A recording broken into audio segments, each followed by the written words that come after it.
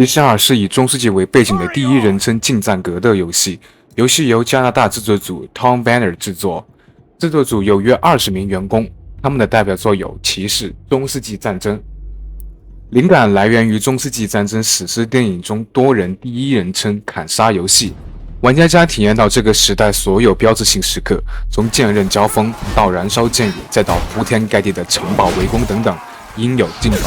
游戏于2021年6月8日发售，上个月6月12日已在 Steam 平台迎来正式版。游戏支持全平台联机，包括 PS4、PS5、Xbox One、Xbox X， 还有 PC 端。在之前的1年里，游戏在 Epic 平台独家站档1年。由于 Tom Banner 解除了逼测协议，所以很多玩家在上架 Steam 之前也看过很多实机视频。但如果没有入手，并且很喜欢中世纪题材的小伙伴，可以看看本期视频。《骑士2》的主要游戏方式是64人 PVP 团队任务模式，是一款有着宏大故事背景的中世纪题材游戏。对局是以32v32的形式进行，一边是高贵而正统的阿加莎骑士团，另一边是反抗遗忠和出生权的梅森骑士团。这也是本作与雷霆一击不同的地方，在赋予精彩的剧情下的每一张地图、每一次战斗都充满着权力之间的斗争，极大地增强了玩家的代入感，特别是战斗前的战争训话，玩家也可以自己发出战争咆哮。想必能看到这里的朋友也知道呐喊对于战局有多大的鼓舞。前面也听到，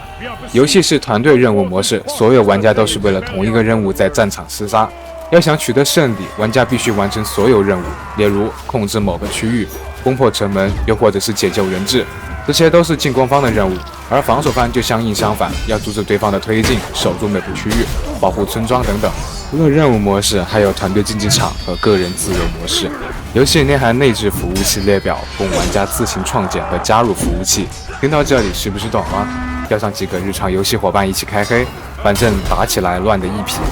也不知道谁是谁，抡起锤子大剑就是干。友情提示：战斗是带友商设定的，不小心把队友送走了也是再正常不过。聊天框里日常就是 Sorry、My Bad 等等，而且杀疯了你管他是不是队友。我在体验的时候就经常分不清敌人的颜色，疯起来连自己都砍，并且官方资讯是有提到后期还会新增更多的模式，大家可以边等边玩。刚进入游戏会给玩家提供很棒的新手教学关卡，能迅速教会新玩家战斗机制和游戏玩法。当然，如果你有足够的把握上去就能一跳舞，那就当我没说，也可以直接跳过。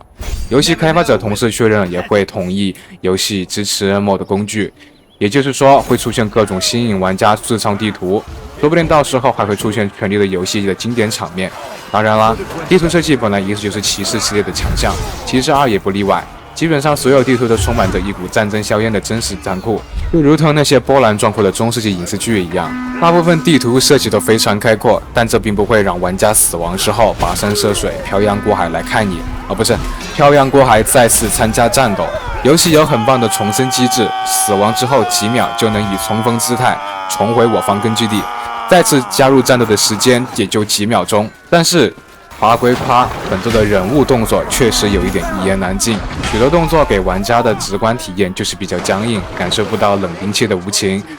但挥舞武器还是能感觉到些许沉重感和打击感，实时命中率也有待提高。这里就有必要说一下战斗机制。战斗机制算得上是游戏中比较出彩的设计，攻击系统有挥砍、劈砍和刺击，这些攻击都可以通过长按攻击键蓄力变成重击，但不同武器对应的蓄力时间不同，需要玩家自己把控敌对距离，不然真的很容易打空。与雷霆一击不同，骑士2中玩家不能通过鼠标指定决定攻击方向，如果想要完全自主的攻击，玩家必须设定好不同的攻击按键。然后还有格挡机制，与前作和雷霆一击相比，玩家在本作可以做到持续格挡，但持续格挡会持续消耗体力，体力消耗殆尽后就不能格挡了，如果还继续格挡就会直接被缴械，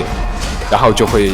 像我一样仓皇而逃。还有一项最吸引玩家的机制叫挡反机制，而暂且称它为挡反，因为我也不知道怎么给它取名，就是在成功格挡敌人攻击之后，可迅速以偏移角度对敌人发起反攻，成功的反挡甚至可以恢复一些体力。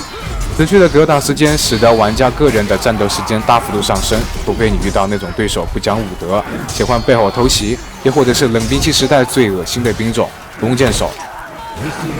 这些机制和改动无非是对浅度游戏玩家更加友好了，不至于因为太容易死亡或者太容易杀敌，短时间之内就对游戏丧失了兴趣，也不至于很容易就成为了大佬的刀下亡魂，更不至于每把都在游戏里面摆烂。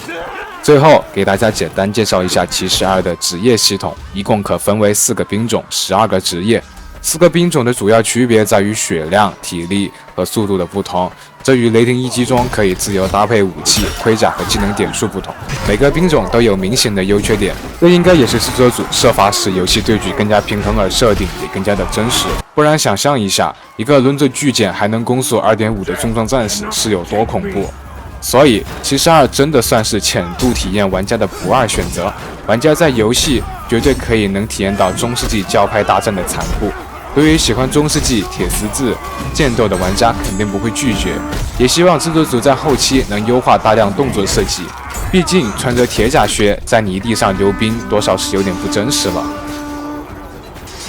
好的，今天的视频就到这里结束啦，谢谢你们这么好看还来看我，喜欢的朋友可以点个赞，这将是月亮熊为你们制作下期视频的动力。